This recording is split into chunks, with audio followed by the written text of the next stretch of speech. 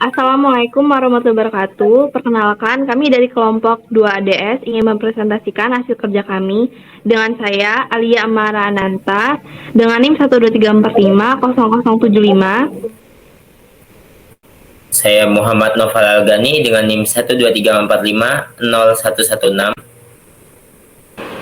Saya Rosalia Siregar dengan NIM 123450036. Saya Kevin Anthony Junior dengan NIM 123450109. Saya Viva Fauziah dengan NIM 123450002. Baik, untuk penjelasan yang pertama mungkin saya akan serahkan kepada teman saya yaitu Noval. Baiklah, izin masuk di sini. Saya akan menjelaskan kenapa bisa terjadi pengangguran. Jelaskan apa itu dinamika. Pertama-tama, dinamika adalah suatu proses perubahan atau pergerakan yang terjadi secara terus-menerus dalam suatu sistem. Nah, di sini dalam kasus ini saya akan menjelaskan apa itu dinamika. Dinamika adalah suatu proses perubahan atau pergerakan yang terjadi secara terus-menerus dalam suatu sistem.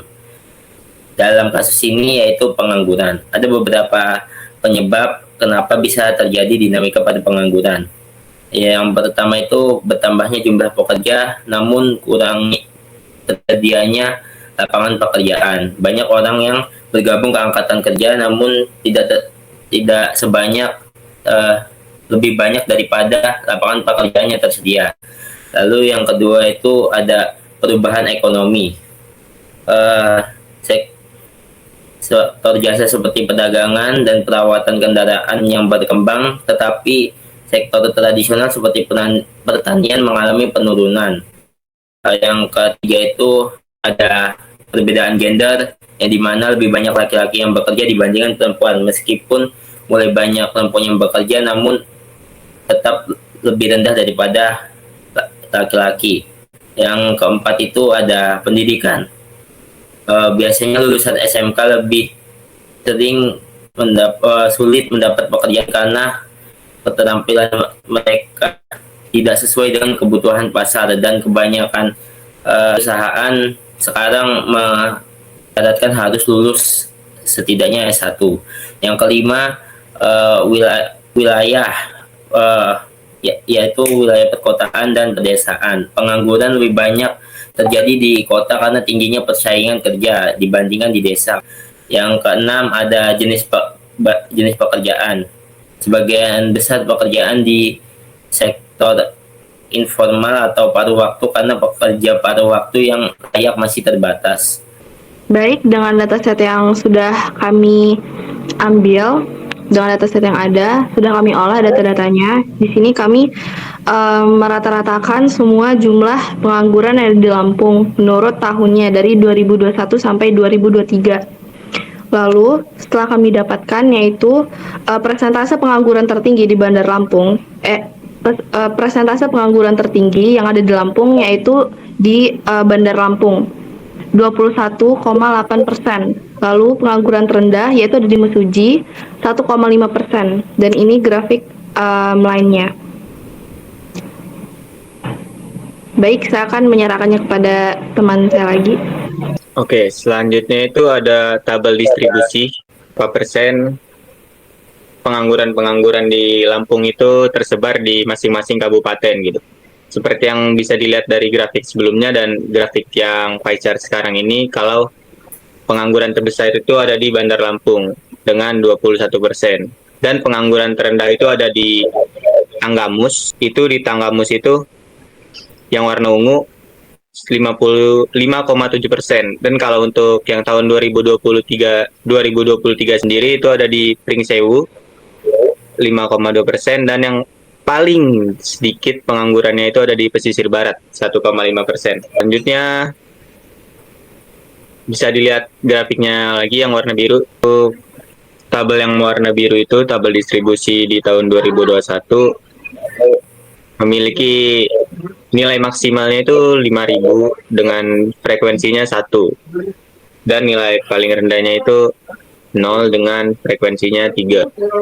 Dan untuk tabel yang tahun 2022 itu dengan nilai maksimumnya itu 4.000 dengan frekuensinya 1 kali, dan yang paling terendah itu 0 dengan 4 kali.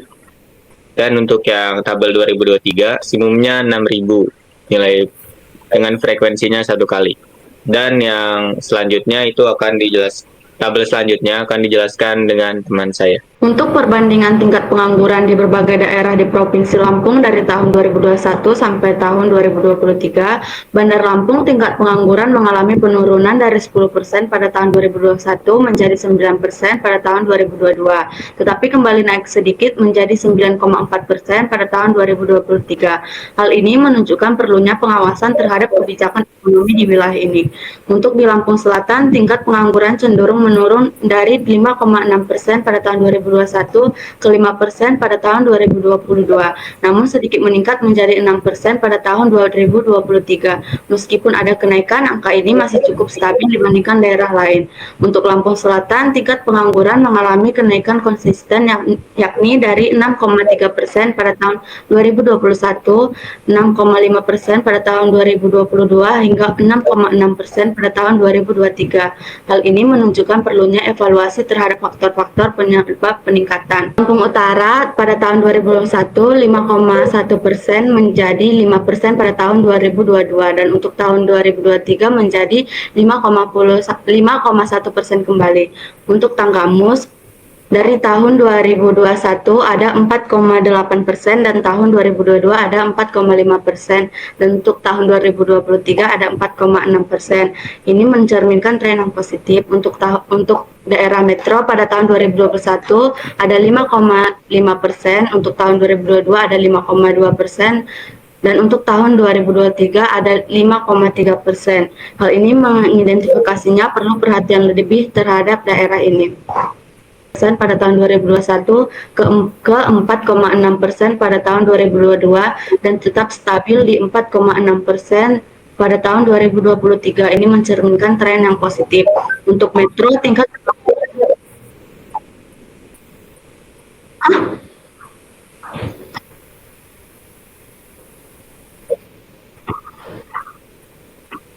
yang kan aku Lampung Utara.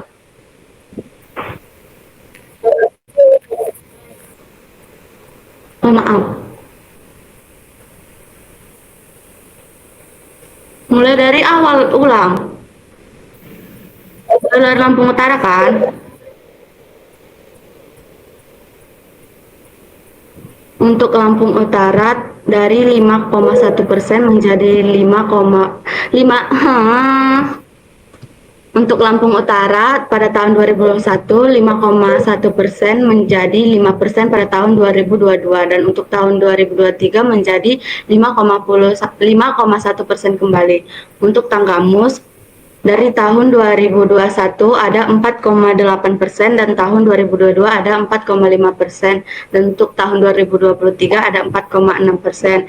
Ini mencerminkan tren yang positif. Untuk daerah metro pada tahun 2021 ada 5,5%, untuk tahun 2022 ada 5,2%, dan untuk tahun 2023 ada 5,3%.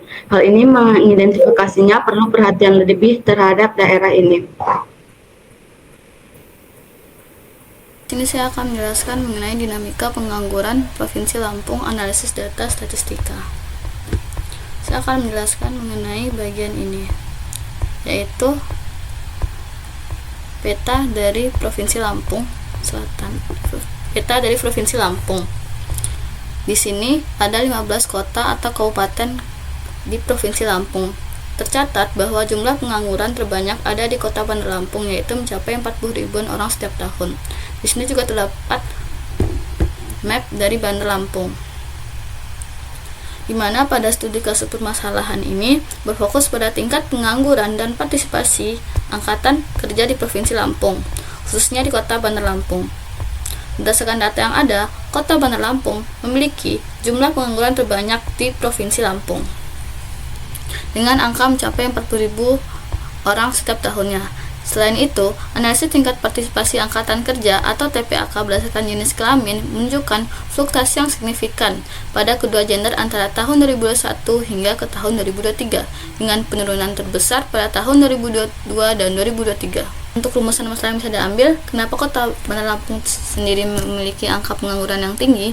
Apa penyebab penurunan signifikan dalam tingkat partisipasi angkatan kerja atau TPAK pada tahun 2022 hingga tahun 2023, dan faktor apa saja yang membedakan TPAK laki-laki dan perempuan di Provinsi Lampung, terutama di Bandar Lampung, serta bagaimana cara mengurangi angka pengangguran dan meningkatkan TPAK di Kota Bandar Lampung dan Provinsi Lampung secara keseluruhan.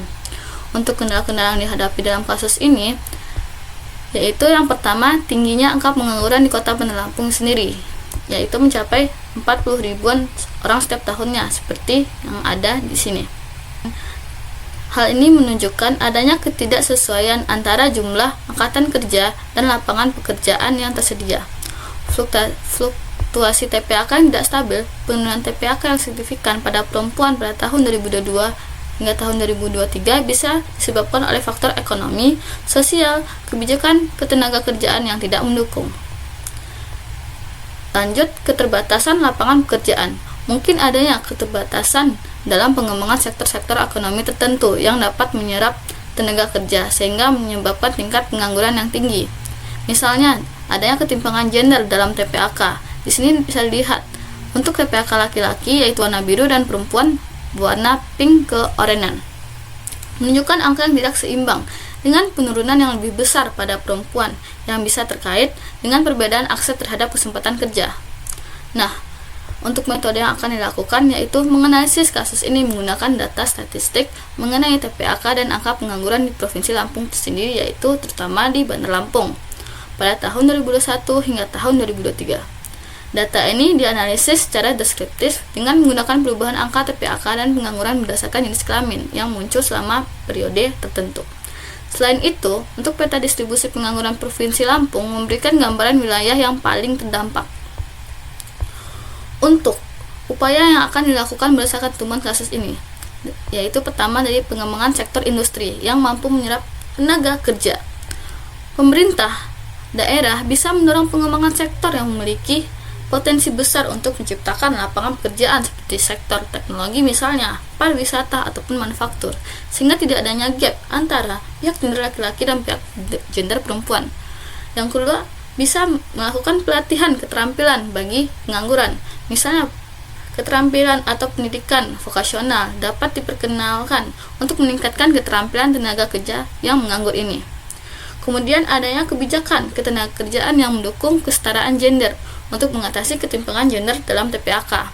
Pemerintah dan pihak terkait bisa memperkenalkan kebijakan yang mendorong kesetaraan yang bisa diakses oleh pekerja, baik itu laki-laki maupun perempuan. Peningkatan investasi di sektor UMKM dengan mendorong usaha mikro kecil, menengah, maupun membuka lapangan pekerjaan bagi warga lokal, dan ini bisa untuk mengurangi angka pengangguran tersebut. Kemudian dilakukannya evaluasi atau perbaikan kebijakan ketenagakerjaan. Pemerintah perlu untuk mengevaluasi kebijakan ketenagakerjaan sendiri, seperti mencari tahu apa saja penyebab penurunan TPAK, terutama pada perempuan, dan merancang kebijakan yang lebih inklusif dan berbasis pada kebutuhan masyarakat. Dengan langkah-langkah ini, harusnya tingkat pengangguran dapat dikurangi dan tingkat partisipasi angkatan kerja dapat meningkat di Kota Bandar Lampung dan Provinsi Lampung.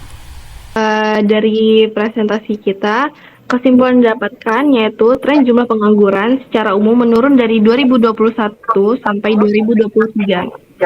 Kabupaten Tulang Bawang ulang.